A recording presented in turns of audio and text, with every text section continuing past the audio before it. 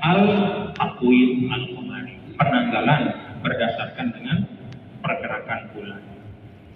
Nah, di sini jelaskan wal hajj dan haji. Nah, jadi hilal itu adalah atau pergerakan bulan itu adalah patokan untuk manusia menunaikan kemaslahatannya. Baik itu dia mau bercocok tanam, berdagang, apalagi dalam beribadah untuk kita sebagai umat Islam. Di sini disebut khusus haji. Kenapa tidak disebut sholat? Kenapa tidak disebut puasa? Karena memang keterkaitan antara ibadah haji dengan waktu itu sangat kuat. Tadi dijelaskan oleh khotib kita, al-hajju ashhurun ma'lumah. Haji itu waktunya sempit sekali. Jadi dari 1 Syawal sampai 10 Zulhijjah. Karena keterikatannya dengan waktu itu sangat kuat, maka di sini dijelaskan oleh Allah Subhanahu wa taala bahwa Allah memberikan perputaran bulan dan memperlihatkan hilal setiap awal bulan itu adalah untuk memudahkan kita melaksanakan ibadah-ibadah kita, termasuk diantaranya salah satu rukun Islam yang utama yaitu al-hajj, melaksanakan ibadah haji. Demikian pula ibadah-ibadah yang lainnya. Nah, Bapak Saudara, lanjutan dari ayat ini. Lanjutan dari ayat ini, Allah Subhanahu wa taala menjelaskan tentang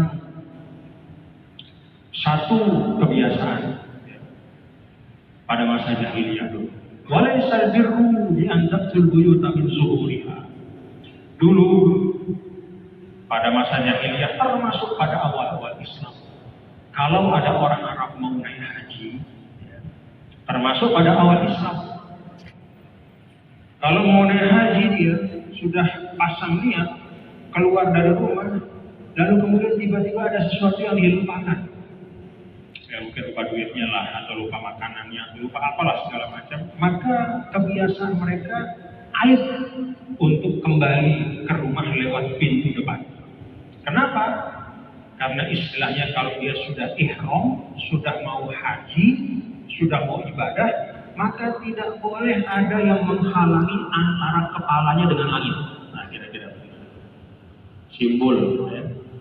Dia harus nyambung kepada Sang Pencipta. Maka tidak boleh lagi ada yang menghalangi di atas kepalanya. Maka mereka tidak mau masuk. Kan biasa pintu itu ada penghalang, ada atapnya. Masuk dari pintu itu artinya di atas itu ada apa namanya, bahasa kita apa sih? Ya selasar lah ya di depan. Itu kan biasa ada tuh kayak apa? Atap gitu. Jadi dia tidak mau. Karena itu mereka kalau sudah keluar mau haji, mau ibadah, lalu ada yang dia lupa di rumahnya, dia lewat belakang, dia muter, lalu naik lewat atap. Nah, orang jahiliyah. Kalau kita sekarang lucu, tapi ya itulah kebiasaan. Naik. Itu bagi mereka adalah lambang ketakwaan. Kalau sudah ihram, tidak mau lagi ada yang menutup. Kalau kita memang kan di antara apa namanya larangan mawani untuk laki-laki. Untuk laki-laki ketika dia sudah ihram kan tidak boleh tutup kepala, betul kan ya?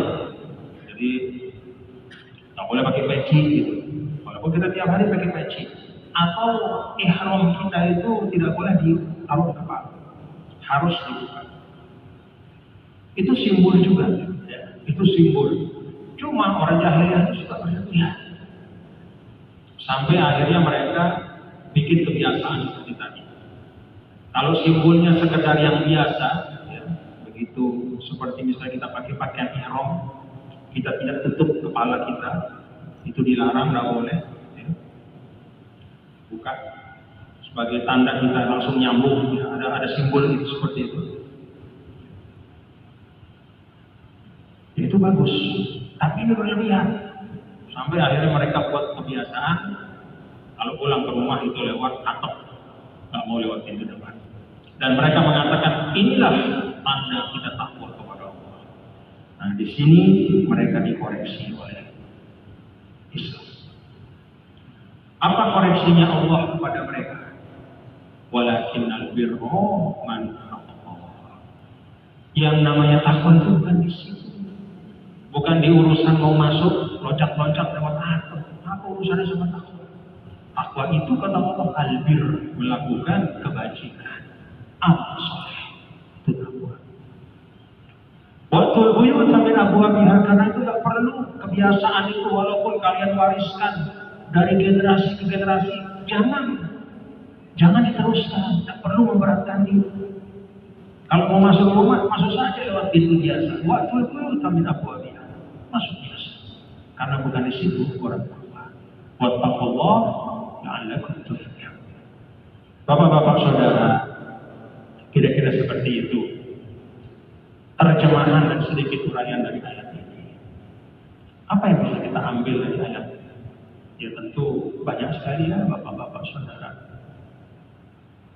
Di antara yang bisa kita ambil dari ayat ini adalah bagaimana Allah Subhanahu wa Ta'ala memberikan satu bentuk pendidikan kepada kita di dalam hal soal jawab.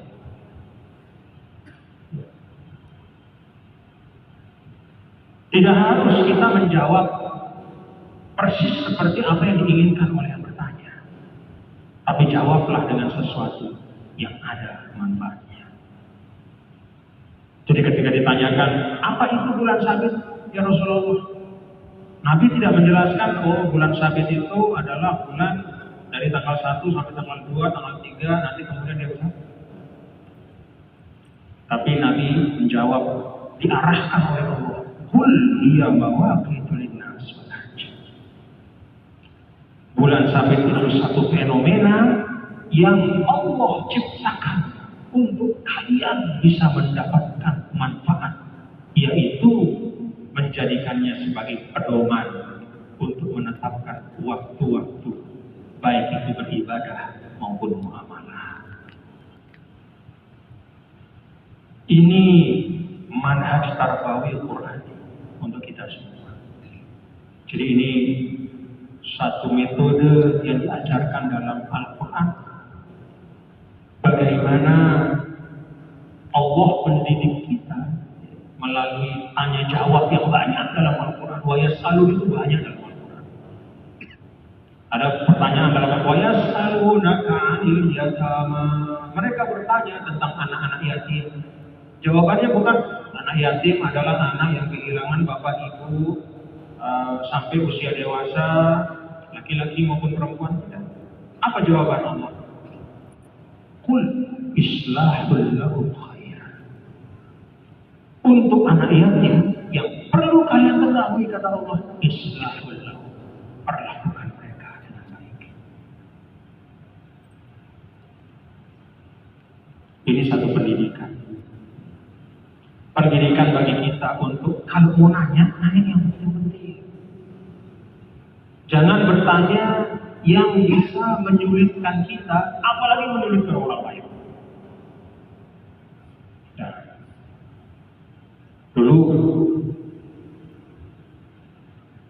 pada saat Rasulullah SAW sedang menyampaikan tentang kewajiban berhaji, ada sahabat namanya Al-Aqra ibnu Habis. Aku amin ya Rasulullah. Dia nanya, ya Rasulullah, apakah haji itu setiap tahun? Nabi kemudian kelihatan tidak berkenan. Diulangi lagi nanya. Akhirnya apa kata Nabi? Lau qultu na'am la wajabat wa la mastata'tu. Kalau saya bilang iya sekarang ini, saya bilang iya, lalu wajib, siapa yang bisa tiap tahun haji? Dari situ kemudian banyak ulama menjelaskan bagian dari adab kepada Nabi kita, Nabi besar Muhammad Sallallahu Alaihi Wasallam, termasuk juga adab kepada guru, adab kepada orang tua, adab kepada pemimpin. Bertanya yang penting, jangan bertanya untuk mencari kesalahan orang. Sengaja dia nanya, Sesuatu yang dia tahu persis orang itu tidak bisa jawab. Tidak boleh. Apalagi depan umum. Kalau kata Nabi, man tatabba'a awrata akhi tatabba'a Allah awratah. Siapa yang suka mencari-cari, menyulitkan orang, mempermalukan orang, nanti Allah yang akan mempermalukannya.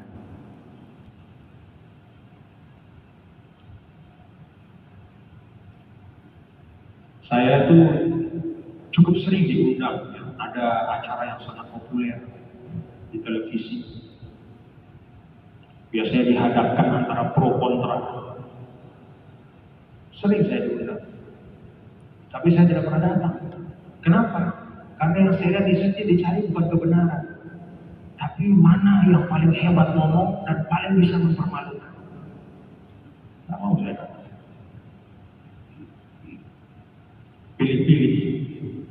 Pilih-pilih bukan apa-apa, ya kita ikuti tuntunan. Jadi bertanya, menjawab, itu ada adabnya dalam Islam. Itu indahnya Islam. Kenapa? Supaya tidak sia-sia. Omongan kita tidak sia-sia, waktu kita tidak mubazir. Nah, ini adabnya diajarkan oleh Allah Ta'ala. Kepada yang bertanya, bertanyalah yang tidak membuat dirimu menjadi berat, susah sendiri, apalagi nyulitin orang. Kan yang kisah apa namanya itu, sapi Bani Israel, isbahu baqarah, sembelih sapi. Baqarah Allah pakai kata nakiroh, maksudnya apa? Pokoknya sapi, mau sapi kecil besar, jantan betina, usianya berapa Allah tak pikirin, dikasih ke lapangan, malah dia sembelihkan. Malaunuha, warnanya apa, kecil apa besar, tua apa muda, yang kayak gimana, direpot-repotkan dirinya, disusah-susahkan, akhirnya apa? Syaddadallahu alaih. Karena mereka ngeyel, maka dipersulit. Karena itu bapak-bapak saudara, Islam itu dinul amal. Jangan suka mempersulit diri. Jangan suka nanya sama ustaz hal-hal yang kalau diberitahu jadi kesulitan. Udah laksanakan saja. Laksanakan saja. Apa yang kita tahu, tunaikan. Jangan juga suka nanya-nanya untuk memuji orang. Apalagi untuk mempermalukan, lebih jangan lagi. Kalau kita mendapat pertanyaan, maka adabnya sebagaimana yang ada dalam ayat ini, kita jawab dalam bentuk yang ada manfaatnya. Kalau jawaban itu memang tidak dibutuhkan, tidak usah jawab. Nah, sama seperti apa itu? Zulkarnain wa yas'alunaka 'an Dzulqarnain qul sa'atu 'alaikum min dzikra inna makkanna lahu fil ardi wa atainahu min kulli syai'in sababan fa'atba'a sababan. Ditanya, mereka bertanya tentang Dzulqarnain. Allah tidak katakan Dzulqarnain adalah raja yang hidup di abad sekian, umurnya sekian, kekuasaannya dari sini. Tidak. Apa yang Allah sampaikan? Atainahu min kulli syai'in sababan fa'atba'a sababan. Itu orang yang kami berikan dia potensi untuk maju dan dia gunakan potensi itu sebaik-baiknya. Itu pelajarannya Dzulqarnain. Jadi Dzulqarnain itu bukan tentang raja. Oh, kita ini bukan raja, maka kita tidak bisa mengambil pelajaran dari Dzulqarnain. Bukan rajanya, tapi dia manusia yang ataina min kulli syai'in sababa fa'atba'a sababa. Allah kasih dia ilmu dan dia ikuti ilmunya. Dia tempuh prosesnya. Dia gunakan ilmu dan teknologi. Kan ada begitu. Atuli zubarul hadid hatta ila sawa baina sarafin qawlan hatta idza ja'alun qawla atuli ufrik alaihi kita.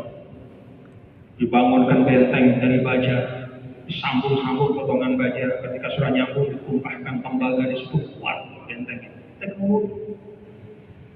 Artinya apa? Dzulqarnain mengajarkan kepada kita sebagai seorang muslim, carilah ilmu yang relevan, yang memang kita perlukan. Lalu ikuti kata ilmu itu, ikuti proses-prosesnya, tempuh jalannya, pahami, belajar tentang teknologi yang terkait itu. Kan begitu ya, Bapak-bapak. Nah, itu yang pertama ya, tentang kalau kita diajarkan oleh Allah Ta'ala ya, bagaimana kita beradab dalam komunikasi, ya, bagaimana kita bertanya, tanyalah hal-hal yang bermanfaat, tanyalah hal yang ada kebaikannya dunia akhirat. Tidak maksud untuk mempermalukan, menyombongkan diri. Lalu yang kedua, kita juga bisa ambil dari demikian banyak makna dari ayat ini adalah bahwa segala sesuatu yang kita warisi sebagai adat dan kebiasaan, baik itu adatun diniyah, adat-adat keagamaan, atau adatun ijtimaiyah, adat-adat sosial budaya. Maka dalam Islam, kriteria untuk melihat semua kebiasaan-kebiasaan itu adalah diukur dari sejauh mana kesesuaiannya dengan tuntunan Allah dan Rasulnya.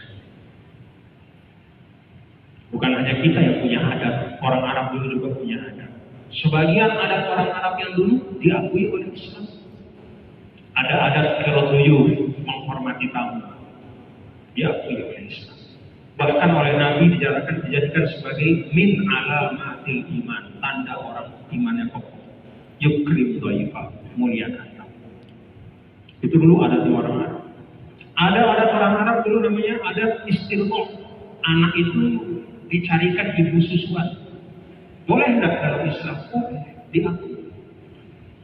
Nabi SAW sendiri punya ibu susuan, yaitu Sayyidah Halimah Sa'diyah dari Bani Sa'ad.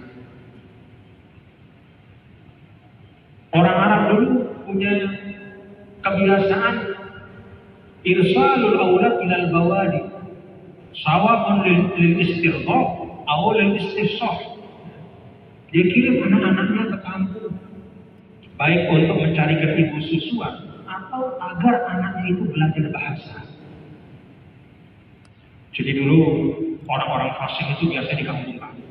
Kalau di kota itu karena percampuran ya, antara segala macam, lidah itu bisa bergeser.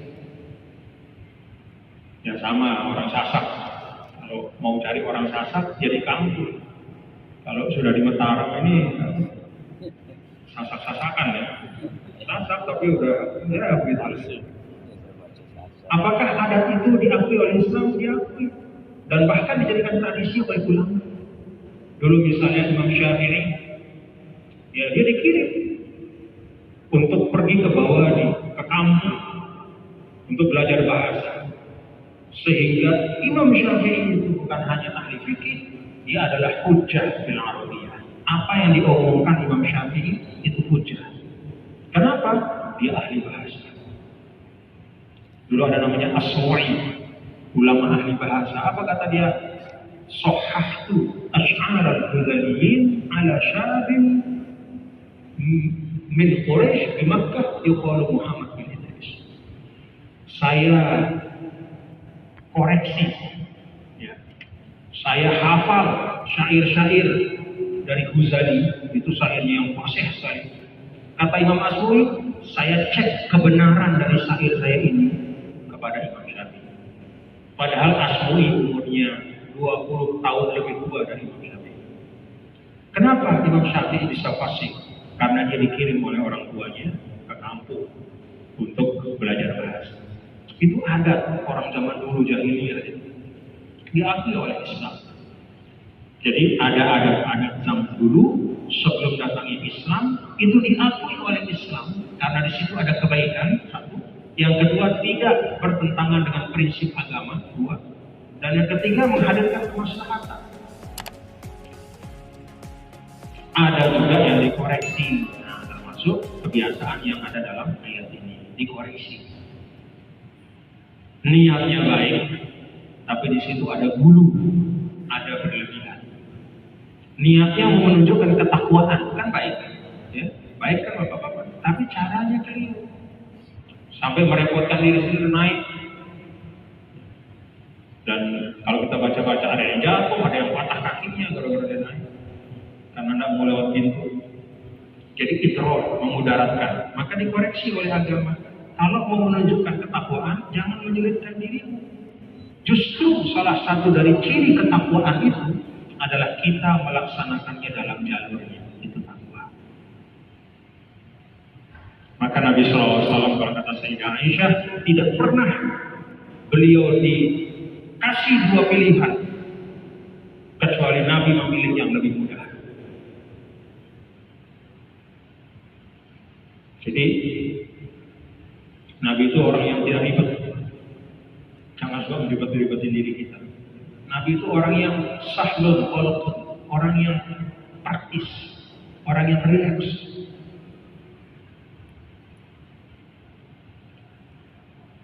Kan agama itu busyra, kabar gembira. Jadi kita harus bergembira berislam. Jangan berislam marah-marah terus. Semua salah. Berislam melihat orang lain itu dipandang negatifnya saja. Jangan. Prinsip kita di dalam, kalau yang diajarkan, misalnya mencari guru, apa yang kita lihat ketika mencari guru? Apakah melihat kesempurnaan atau melihat ilmu? Kalau mencari kesempurnaan, tidak ada guru kita.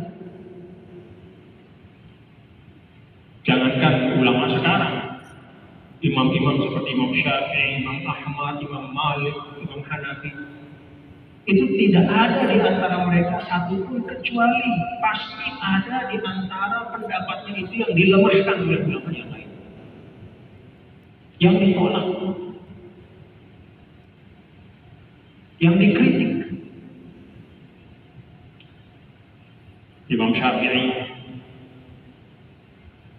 Imam Maliki, banyak pendapat Imam Maliki dikoreksi oleh Imam Syafi'i, dan seterusnya. Tapi itu tidak mengurangi banyaknya ulama yang berguru pada Imam Syafi'i. Kenapa? Karena memang cari ilmu, bukan cari kesempurnaan. Maknanya apa? Cari sisi baik orang. Jangan berinteraksi itu mencari sisi buruk. Kayak kita nggak punya sisi yang buruk saja. Nah, jadi Islam mengajarkan kita proporsional, termasuk terhadap kebiasaan adat. Nah, di sini, ketika adat itu dilihat menyulitkan dan tidak berkaitan langsung dengan esensi ketakwaan, maka diluruskan oleh Allah. Ini menjadi pedoman kita. Jadi kalau kita melihat ada kebiasaan, misalnya kalau di Ledek itu ada tradisi namanya ngejot. Tahu kan ngejot itu? Nenek Lombok Timur. Itu kalau kita lihat, ternyata ngejot itu juga di sebagian masyarakat Bali juga ada. Apakah karena dia dilaksanakan oleh masyarakat yang di Bali, lalu kemudian ngejot kita itu kita hilangkan? Ini bukan Islam ini. Ini adat ini bukan agama, ini adat. Nah, Islam mengajarkannya terhadap semua adat-adat masyarakat yang berkembang. Hakimhu bilal kitab wa sunnah. Maka letakkan dia dalam timbangan nilai-nilai Al-Quran dan Sunnah Rasulullah SAW. Apa timbangan Al-Quran dan Sunnah Rasulullah SAW terkait dengan kebiasaan adat muamalah? Timbangannya sederhana. Selama itu tidak membawa sesuatu yang mudarat, diniatkan untuk yang baik, bisa menghadirkan kebaikan, apalagi dia sesuai dengan pesan Islam, berbagi, membantu satu sama lain, Maka apapun namanya silakan. Kayak contoh tadi ngejot itu kan bawa makanan dari rumah masing-masing, lalu kemudian dimakan bersama, dibagikan kepada yang membutuhkan dalam suasana syukur bersukacita. Berbagi makanan, mau namanya ngejot mau apa, yang penting makanan sendiri, bukan makanan ambil punya orang. Makanan sendiri disiapkan, biduri takallum, tidak usah paksakan diri, ya, sesuai kemampuan, ikut bersama, silakan, boleh. Jadi kita punya adat orang Sasak, adat apapun namanya, selama tidak mengajak kepada kemungkaran, selama tidak menghalalkan sesuatu yang nyata-nyata dimurkai oleh Allah, silakan. Tapi kalau memang nyata-nyata suatu adat itu memang benar-benar adatnya itu sendiri di dalamnya penuh dengan kemaksiatan, tidak usah dilakukan. Tapi kalau kemaksiatannya itu menempel, sesuatu yang datang belakangan, bukan berarti adatnya dihilangkan, maksiatnya dibuat. Ini ada adat nih, biasa-biasa, adat itu bagus. Tapi kemudian berjalannya dengan waktu, di situ kemudian dihiasi dengan ada yang minum minuman keras, ada buang minuman kerasnya itu. Kembalilah kepada adat yang baik. Paham Bapak-Bapak ini? Jadi dalam Islam itu al-i'tibar bil ma'ani la bil mabani. Yang diukur adalah isinya, bukan namanya. Ya, sama saja lah sama yang lain. Kita menamakan diri kita majelis tahlim, tapi isinya mengumpat-umpat, nggak usah diikuti. Mau namanya majelis tahlil jannah, majelis firdaus nuzula, majelis apa, isinya orang ngumpat-ngumpat tinggalkan. Itu bukan majelis tahlim, majelis tajhil, bikin orang jadi jahil. Wallahu a'lam bishawab. Itu dua hal yang bisa kita ambil. Ya silahkan dibaca kembali ayat ini, direnungkan dan digunakan menjadi pedoman kita ya, bapak-bapak saudara. Mudah-mudahan kita bisa bersikap dalam keseharian yang lebih sesuai dengan tuntunan nilai-nilai yang mulia dari ayat-ayat Al-Quran yang kita baca. Al-Fatihah. Alhamdulillah.